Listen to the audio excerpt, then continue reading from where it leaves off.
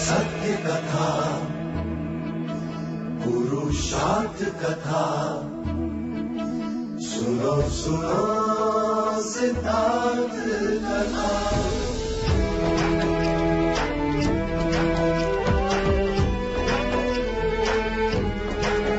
संसार में दुख का कारण क्या, संताप शोक का निवारण क्या। संसार में दुख का कारण क्या, संताप शोक का निवारण क्या। इस खोज में सब कुछ त्याग दिया, हर वैभव से वैराग लिया। वो सृष्टि से संयुक्त हुए, सिद्धार्थ से गौतम बुद्ध हुए।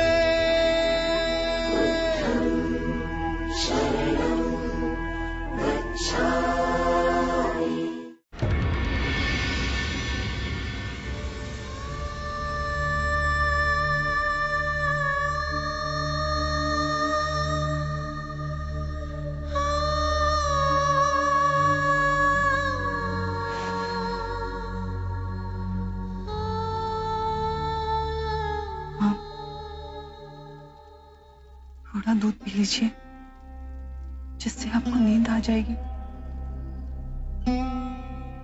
बड़ी चिंता है ना तुझे मेरी? जानती है यशो, आज मैं सारे बंधनों से मुक्त हो गई।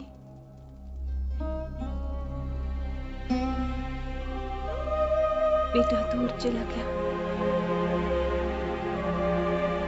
औत्र भी हमें छोड़ के चला गया। एक महाराज का साथ था, और अब वो भी। कल सुबह प्रातः मैं निग्रोध वन जाकर बुद्ध से प्रवज्य ले लूंगी, भिक्षु बन जाऊंगी। हाँ, मैंने आपको प्रातः बताया तो था। आज प्रातः ही वो जेठ वन को प्रस्थान कर गए। आप भूल गई, ऐसे भी वो स्त्रियों को दीक्षा नहीं देते। जब परम ज्ञान प्राप्त कर पहली बार कपिलवस्तु आए थे, तब मैंने भी उनसे यही अनुरोध किया था। तब भी उन्होंने यही उत्तर दिया कि जब समय अनुकूल होगा तो वो मुझे स्वयं कहेंगे। तू बुद्ध की पत्नी है, तुझे दीक्षा देने में उसे संकोच हुआ होगा। कोई मर्यादा बीच आई होगी, किंतु मैं उसकी मां हूं। मैं और कपिलवस्तु की अनेक स्त्रियां रेशम त्याग, गेरुआ वस्त्र धारण कर जेठवन तक जाएंगे और बुद्ध को ये सिद्ध कर देंगे कि स्त्रियां भी सरल जीवन व्यतीत कर सकती हैं। हमारा ये संकल्प देख बुद्ध हम पर करुणा का हस्त अवश्य रखेंगे, ऐसा मेरा प्रबल विश्वास है। और मुझे मेरी माँ के विश्वास पर अटल विश्वास है। ऐसी दृढ़ संकल्पी मैंने कभी ना देखी।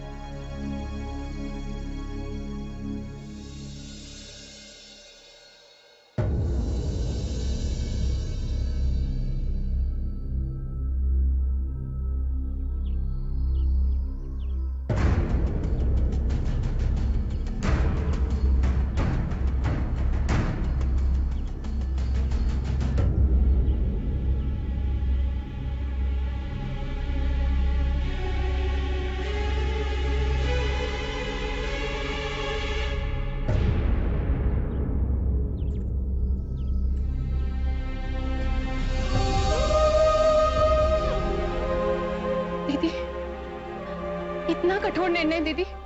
मैं आपको इस दशा में नहीं देख पाऊंगी। महादेवी, आप। भाई महाराज के आशीर्वाद का हाथ हमारे सर पे नहीं रहा, अब क्या आपका हाथ भी हमारे सर पे नहीं रहेगा? इस जीवन में तुम सब जैसे प्रेम करने वाले भाई बहन मिले, तुम्हारा बड़ा उपकार है मुझ पर। और मुझे पूरा विश्वास है कि मेरी अनुपस्थिति में तुम धर्म और न्याय का पालन करोगे।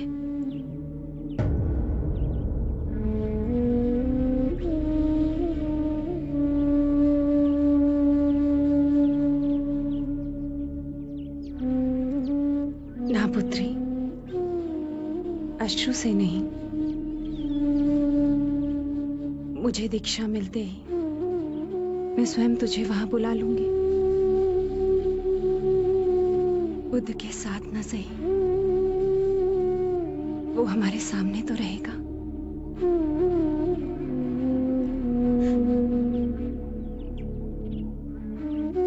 मंगला दीदी, मैं यशो को तुम्हें सौंपती हूँ।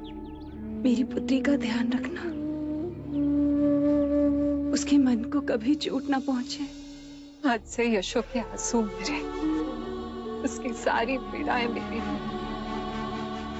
मैं ये तो नहीं कह सकती कि मैं कभी भी आपका स्थान ले सकती,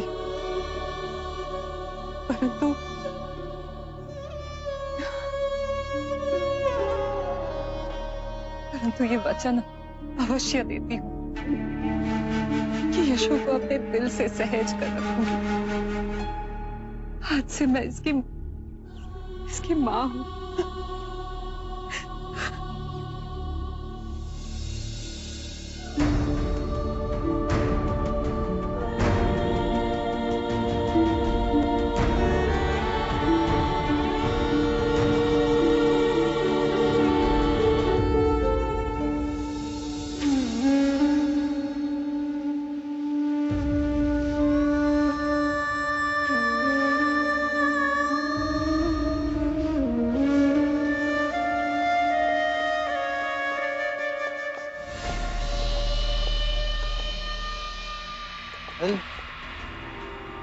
ऐश्वर्य छोड़ के देवी प्रजापति भी बुद्ध की शरण में। हर तरफ बुद्ध की गूंज। बुद्ध बुद्ध बुद्ध।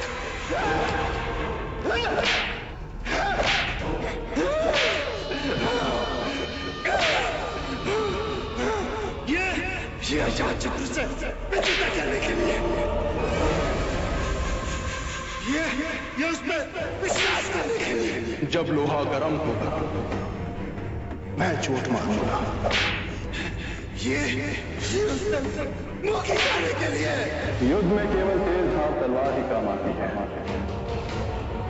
बिना धार की तलवार का क्या काम है? ये सिंहासन कमाने के लिए।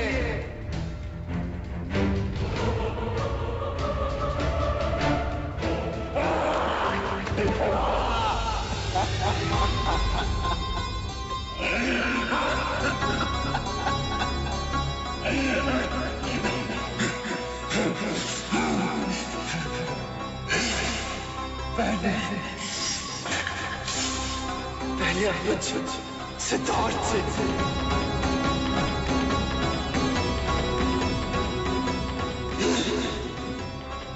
फिर युवराज सिद्धार्थ से,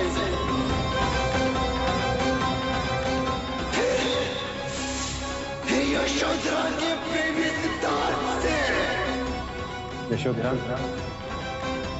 ये तुम्हारे तुम मेरे लिए कुछ नहीं लाई सिद्धार्थ।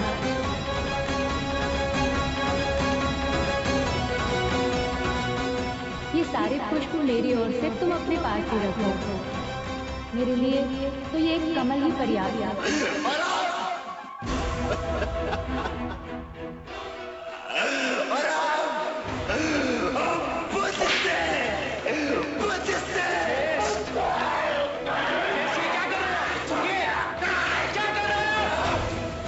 किस बात के लिए किस बात के लिए?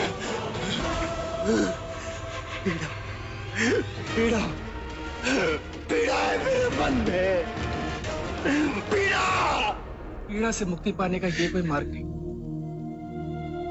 बुद्ध के बताए हुए मार्ग पर चले, आपको परम शांति प्राप्त हो।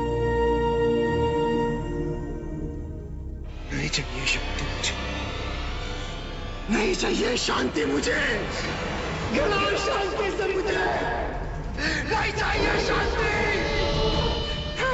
नहीं चाहिए शांति। मेरा स्वभाव, मेरा स्वभाव अग्नि की दबकती ज्वाला है, अग्नि की दबकती ज्वाला है मेरा स्वभाव। जोश से भयंकर कोई अग्नि नहीं, घृणा से भयंकर कोई जानवर नहीं होता, अविवेक से बढ़कर कोई जाल नहीं होता, लालच से बढ़कर कोई बाधा नहीं होता।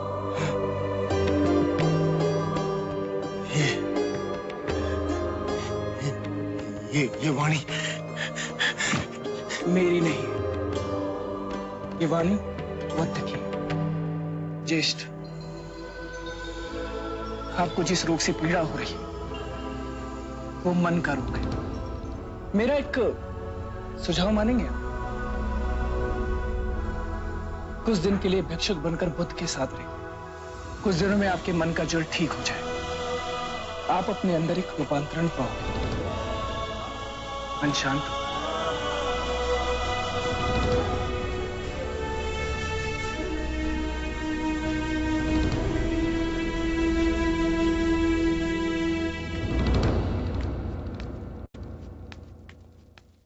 मन शांत होता यदि अजात शत्रु ने मुझसे विश्वासघात न किया होता। बचपन से लेके आज तक एक ही जिसने मेरा सब कुछ छीन लिया, मेरा सुख, मेरी शांति, मेरा मान, सम्मान, अभिमान, मेरा प्रेम, मेरा प्रथम प्रेम, सिंहासन, सब कुछ छीन के तुम तो भगवान बन के बैठ गए सिद्धार्थ।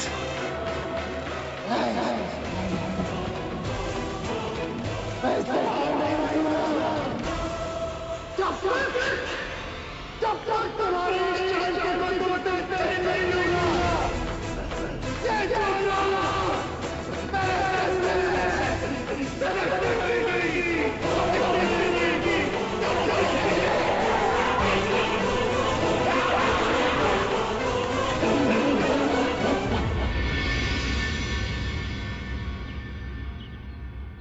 इतने सारे भिक्षु द्वार पर?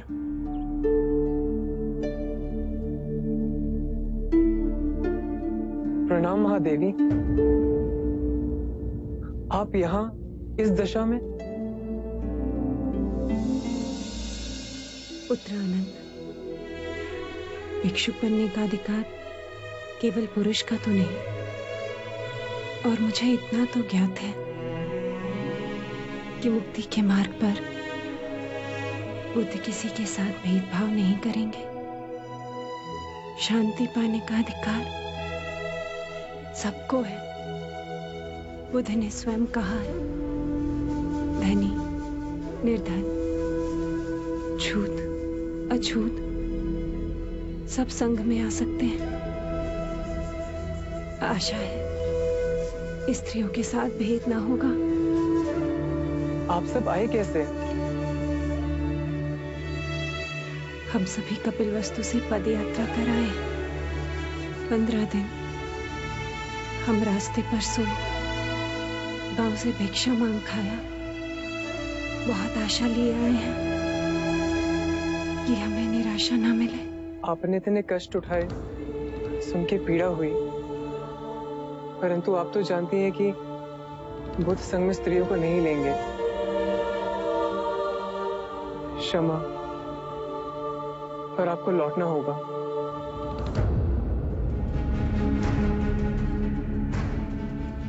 हम बहुत दूर से आए हैं, अब लौटेंगे नहीं।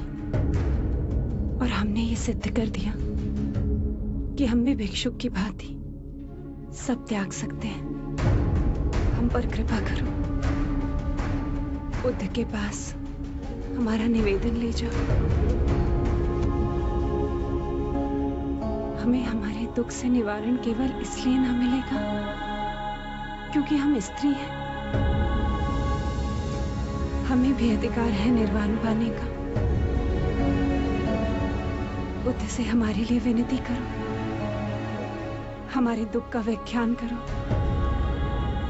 जिस बुद्ध के हृदय में सारे संसार के लिए इतनी करुणा है, वो हम पर भी करुणा अवश्य बरसाएंगे। आप यहाँ विश्राम कीजिए, मैं तुरंत बुद्ध के पास जा आपका निवेदन उन्हें देता हूँ। मैं वचन देता हूँ कि जो बन पड़ेगा करूंगा।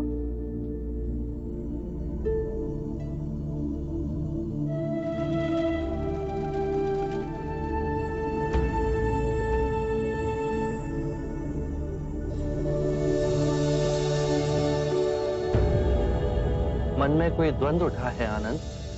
एक प्रश्न है, क्या स्त्रियों में भी क्षमता है कि वो साधना कर सके, समाधि पा सके, अरिहंत बन सके? कोई संदेह नहीं, स्त्रियों में महान शक्ति। तो संघ के द्वार स्त्रियों के लिए क्यों बंद हैं? शाक्य मुनि, महादेवी प्रजापति अपना सब त्याग कर, गेरुआ धारण कर कपिल वस्तु से पैदल चल आपके पास आई हैं। उनके पांव रक्त से लथपथ, छाले पड़े हुए हैं। ये सिद्ध कर कि जितनी यातना पुरुष झेल सकता है, उतनी स्त्री भी झेल सकती है। आंखों में केवल एक ही आशा लिए और हाथ विनती से जोड़े कि उन जैसी स्त्रियों को आप दिशा दिखाएंगे। उन्होंने कहा है कि स्त्रियां पूर्ण जीव है, उन्हें भी अधिकार है मुक्ति पाने का। हे करुणा निधान, अपनी कृपा का हाथ उन दुखियारियों पर रखिए।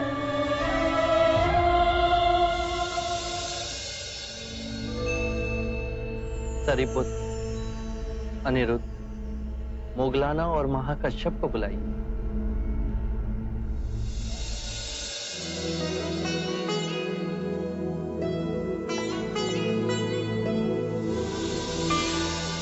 हाँ महादेवी। नहीं,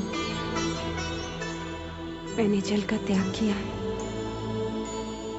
जब तक अब बुद्ध मुझे दीक्षा नहीं देंगे, मैं जल ग्रहण नहीं करूंगी। आप सबने जो 8 नियम बनाए हैं, उससे मैं सहमत हूं। आनंद, तुम जाकर इन नियमों की जानकारी दे दो। यदि आप स्वयं आए तो माता प्रजापति को प्रसन्नता होगी।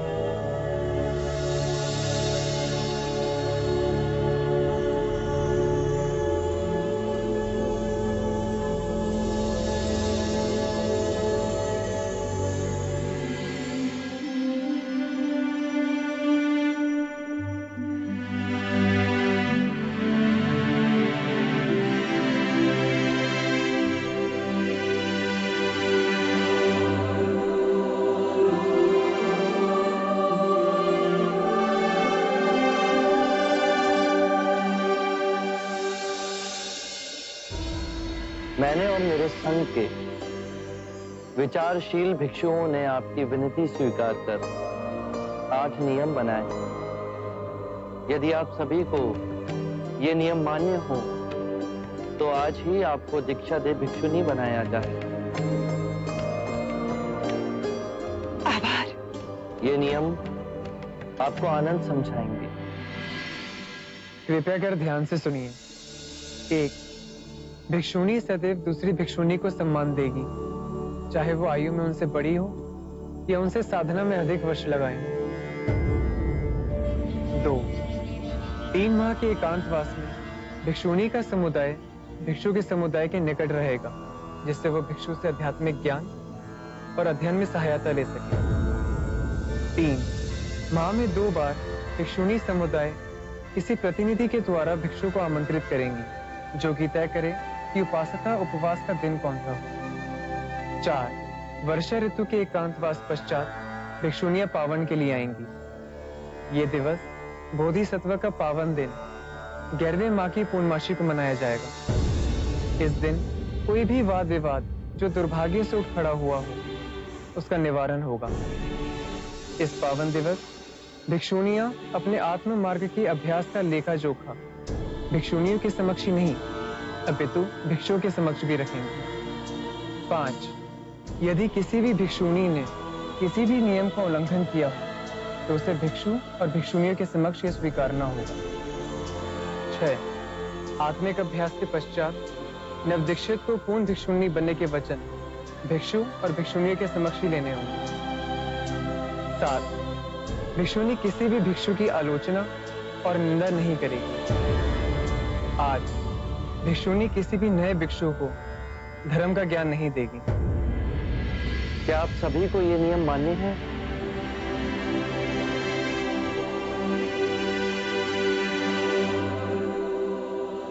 हाँ, हमें ये सारे नियम मान्य हैं और हम अंतर मन से इन नियमों का पालन करेंगे। आप बस हमें दीक्षा दे दें। आप सभी भोजन और स्नान करके आइए। आज ही आपको दीक्षा दी जाएगी।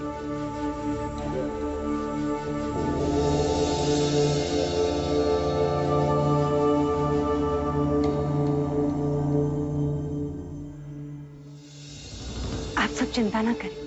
ये नियम इसलिए बनाए गए हैं ताकि संघ के संचालन में कोई बाधा ना हो, कोई उपद्रव खड़ा ना हो। इन नियमों का पालन करके हम आध्यात्मिक पथ पर आगे बढ़ेंगे। स्त्रियों को आज तक जिस मुक्ति से वंचित रखा गया, वो आज हमें मिलने जा रही है। बुद्ध के इस कदम से हम सभी को मोक्ष में पुरुष के बराबर का हिस्सा मिलेगा।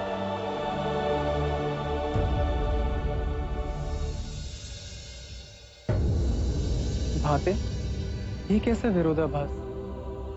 भारतवर्ष के एक कोने में बुद्ध मनुष्य के अंतर्मन को शांत कर रहे हैं और वहीं दूसरी ओर अजात शत्रु मनुष्य के अंतर्मन को युद्ध कर अशांत कर रहा है। युद्ध की प्यास में पागल मनुष्य अंत में शांति के मार्ग पर ही आएगा। यह हमारे जीवन में घटित होगा।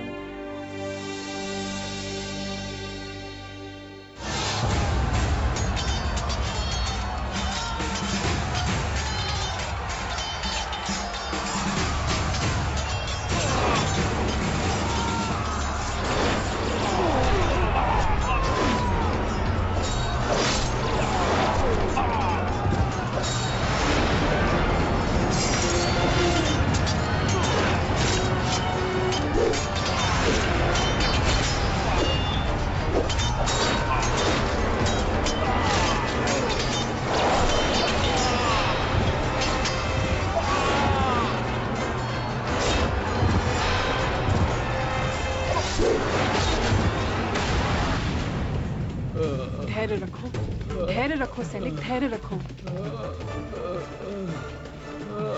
जल्दी रखो इसे। वैद्य जी, जल्दी लेप लेकर आइए। कितना रक्त बह रहा है इसका। जल्दी जल्दी। धैर्य रखो सैनिक, धैर्य रखो। रक्त का बहाव जल्द ही बंद हो जाएगा। मैं लौट के युद्ध के लिए जा पाऊंगा ना? अवश्य जाओगे। वैशाली के माथे पर विजय का मुकुट तुम ही पहनाओगे सैनिक। हमारी वैशाली की जीत होगी। हाँ, हमारी वैशाली अवश्य जीतेगी। हमारी वैशाली की जीत होगी। हमारी वैशाली ही जीतेगी। हमारी वैशाली की जीत होगी। हमारी वैशाली जीतेगी।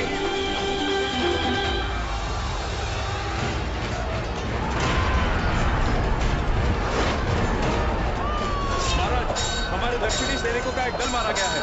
चारों ओर हड़कंप मची हुई है। सैनिक निराश होकर मैदान छोड़कर भाग रहे हैं। यदि आप शीघ्र यहाँ से ना निकले तो हमारी हार निश्चित हो जाएगी। आपको शीघ्र ही निकलना होगा महाराज।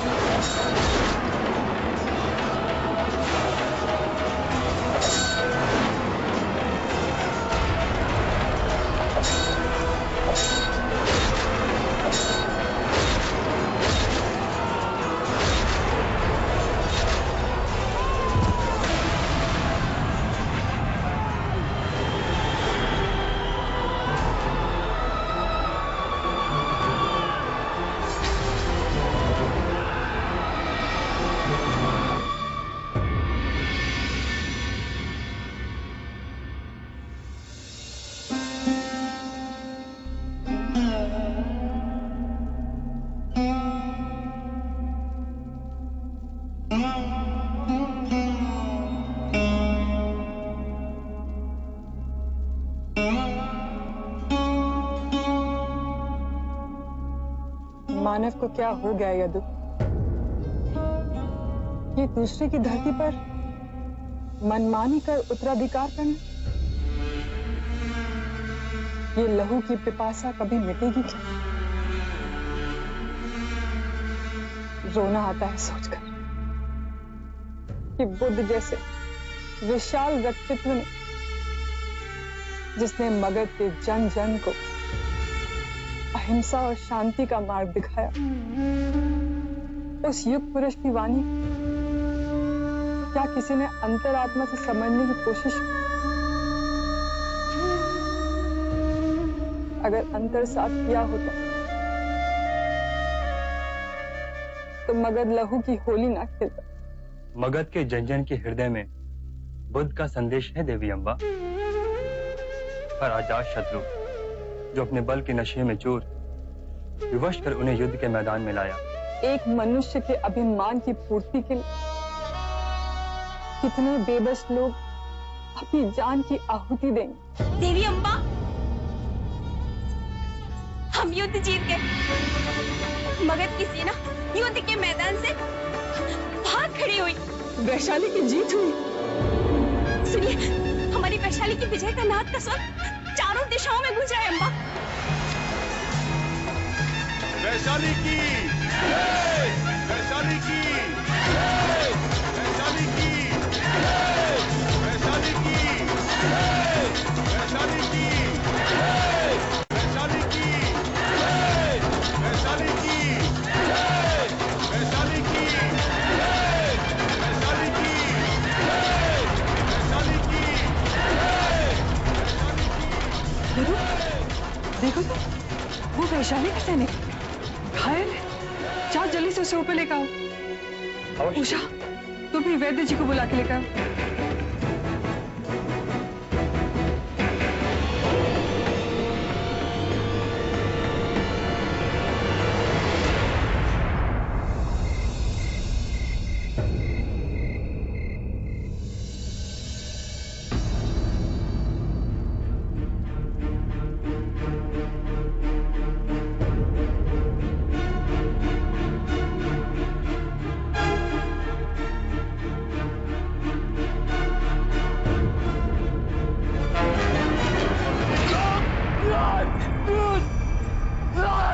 तुम सुरक्षित हो। तुम्हारी जान पे जो संकट था टल गया है। तुम्हारी वीरता व्यर्थ नहीं गई सैनिक। जिस वैशाली के लिए तुमने अपने प्राण दांव पे लगाए, वो वैशाली, तुम्हारी वैशाली जीत गई। वैशाली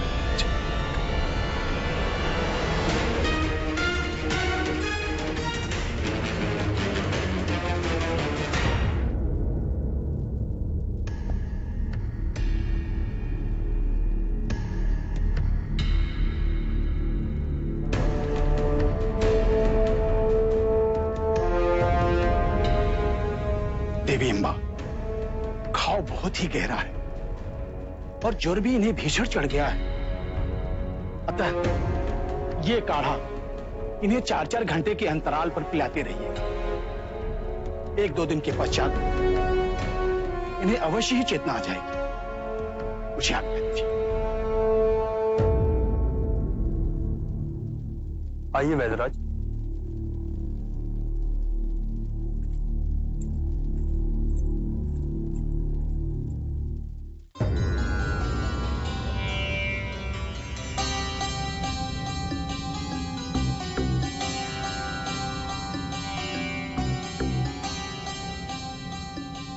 इनका चेहरा किसी सामान्य सैनिक जैसा नहीं है। कितना तेज है इनके मुख पे। हाँ यदु, राजसी आभा है इनके मुखमंडल पे। ये कोई सामान्य सैनिक नहीं, ये बहुत बड़े योद्धा लगते हैं। इतना रक्त बह जाने के बाद भी जीवित है। तुम जाओ यदु, जब तक इन्हें चेतना नहीं आ जाती मैं इनके पास ही बैठी रहूंगी। इतने दिवस बीत गए, आपका कोई समाचार नहीं आया। तुम्हारे दुख भरे दिन बीत गए यशो। आ गया जेतवन से समाचार। जब सबकी मती जाए मारी तो कौन करे रखवारी। वेद जो समाचार है वो बताओ, अपनी व्याख्या ना सुनाओ। संदेश आया है जेतवन से कि महादेवी प्रजापति को बुद्ध ने दीक्षा दे दी। अब संघ में स्त्रियों को भी प्रवेश दिया जाएगा। मुझे माँ के विश्वास पर अटल विश्वास था और इनके निर्णय पर मैं जीवन भर अडिग रही। उससे पाया क्या? तुम नहीं समझोगे। अब मेरे मार्ग में कोई भी बाधा नहीं है। मैं भी भिक्षुनी बन सकूंगी। तुम्हारी वर्षों की तपस्या सफल हुई अशोक। अब तो बस माँ के बुलाने की प्रतीक्षा है। मुझे इनका सानिध्य मिलेगा, राहुल और नंद का साथ भी होगा।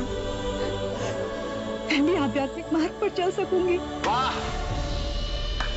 वाह देवी वाह! सब भिक्षुणियों के साथ में तुम भी एक भीख का कटोरा लेके वहां घूमना। अरे कभी सोचा है यशो, ये ऐश्वर्य, ये सुख, ये स्मृति क्या तुम्हें मिलेगा क्या? इनके दर्शन। बहुत बड़ी भूल कर रही हो यशो।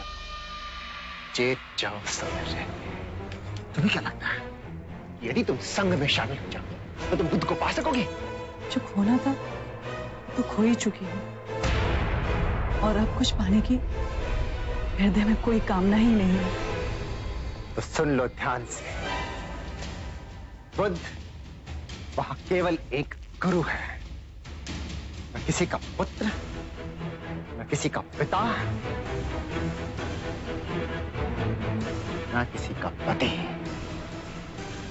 सोच लो यशो, वहां ना तो कोई विशिष्ट स्थान होगा, ना ही सम्मान। उठाओ अपनी आंखें और देखो यशो, क्या नहीं है तुम्हारे पास यहाँ? क्या है जो तुम पा सकती हो? ये राज घराने की देख रेख, ये वैभव, ये ऐशो आराम, सब ठुकरा के एक भिक्षुणी बन के जीना बहुत कठिन होगा यशो। बुद्ध ने कहा है कि प्रत्येक व्यक्ति अपने स्वास्थ्य और रोग का स्वयं रचयिता होता है, और जिसका प्रमाण आप दे रहे हैं कि कितना रुग्ण है आपका अंतर। और रही बात मेरी, तो एक बात सुन लीजिए, जिसे आप सुख समझते हैं और दुर्भाग्यवश जिसे आपने सदैव धन से तौला, जीवन के परम सत्य को समझने के लिए केवल हृदय के द्वार की आवश्यकता है। तुम्हारे बुद्ध का हृदय सूख चुका है, इतना भर गया है कि उनके प्रेम की नदी चारों ओर सभी के लिए बह रही है। मेरा और उनका क्या नाता है ये तुम नहीं समझोगे, पर फिर भी अंतिम बार आपको समझाने की चेष्टा करती हूँ।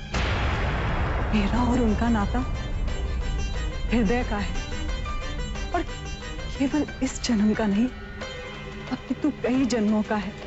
इसीलिए शुरू से ही हम दोनों एक दूसरे को समझ सके। यदि मैं भिक्षुणी नहीं भी बनती तो भी मुझे केवल इस बात का आश्वासन था कि वो यहीं कहीं इसी पृथ्वी पर हैं, और अब जब मैं उनके साथ रहे, भले वो मेरे साथ ना हो, पर मैं उनके आध्यात्मिक मार्ग पर चलूंगी और उन्हें अपना परम गुरु बना सकूंगी। हमारा विवाह साधारण नहीं है ज्येष्ठ, मेरा और इनका विवाह अलौकिक है, जिसे दुनिया की कोई भी दूरी नहीं मिटा पाई। इसके केश पकड़कर इसे चरणों की दासी न बनाया तो मैं भी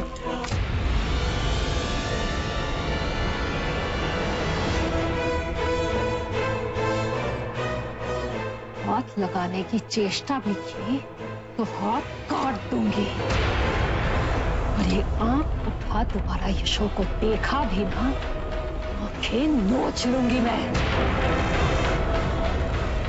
हट जाओ मेरे रास्ते से, मत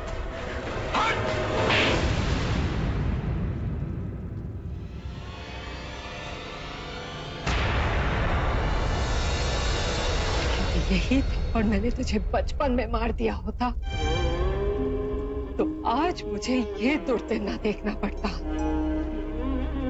मेरी एक बात तू कान खोल के सुन लेते, यशोधरा वही जाएगी जहां उसका स्वामी है, और यदि तूने कोई भी अनिष्ट चेष्टा की तो रास्ते में मुझे खड़ा पाएगा। यशो मेरी पुत्री है, समझा तू? ढाल बन के मैं खड़ी रहूंगी उसके रास्ते में। जा यहां से, जा।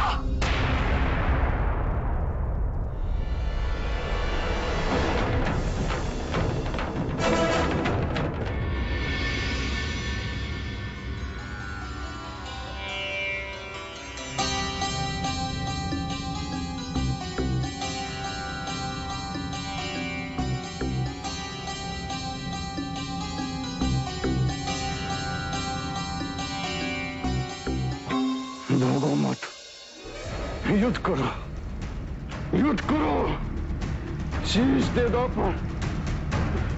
पर अपना विमान मत दो। युद्ध करो कायरो, युद्ध करो, युद्ध करो। सैनिक, भाई से क्यों कांप रहे हो? संभालो अपने आप को सैनिक, सैनिक।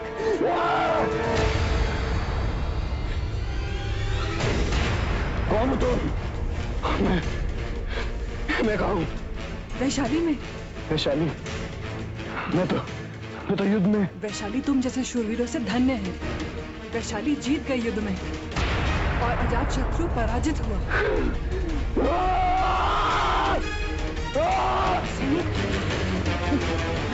हे ईश्वर, दासी। सैनिक, ये पी लो।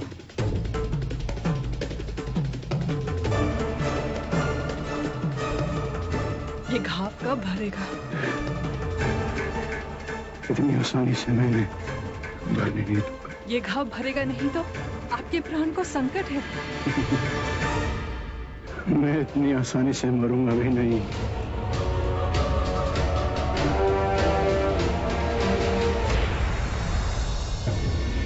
इस वर्षा ऋतु शाक्य मुनि हमारे साथ एकांतवास को समय में व्यतीत करेंगे। धन्य होंगे हम जो उनका सानिध्य हमें प्राप्त होगा।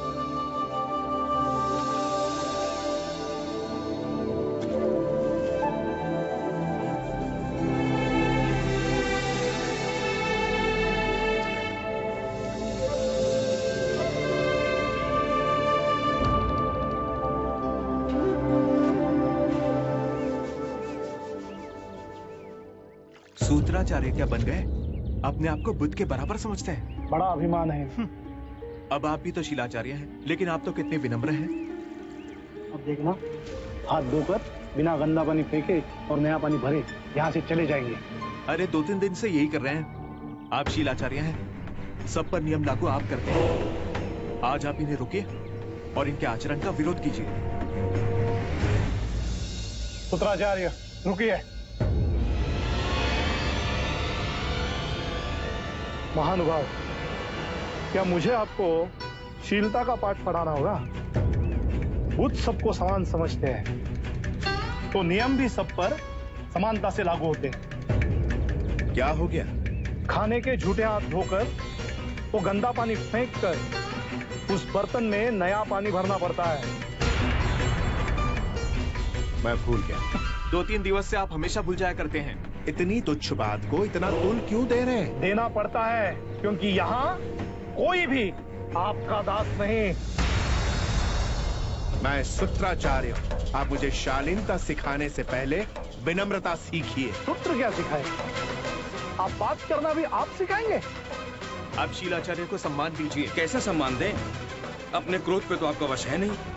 शिलाचार्य जी को समय और अवसर का कोई ज्ञान है नहीं। आप शिलाचार्य का अपमान कर रहे हैं। तो वे कौन सा सूत्राचार्य पे फूलों की वर्षा कर रहे हैं? सूत्राचार्य तो आपके शिलाचार्य से कहीं अधिक गुणी।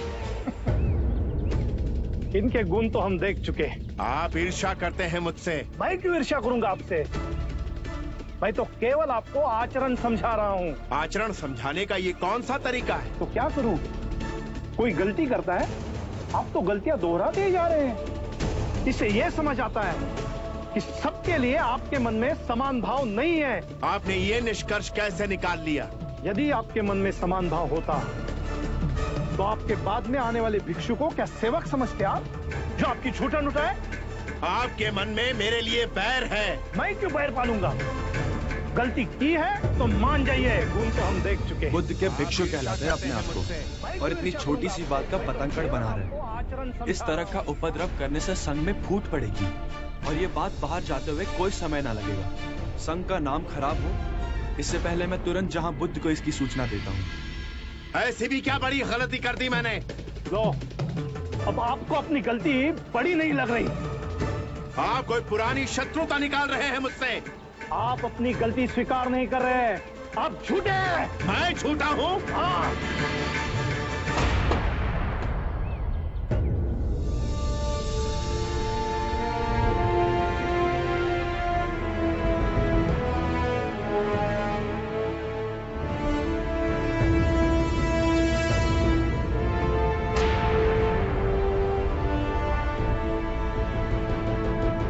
आरंभ हो गई निर्वाण प्रथा, सुनो सुनो ये बुद्ध कथा।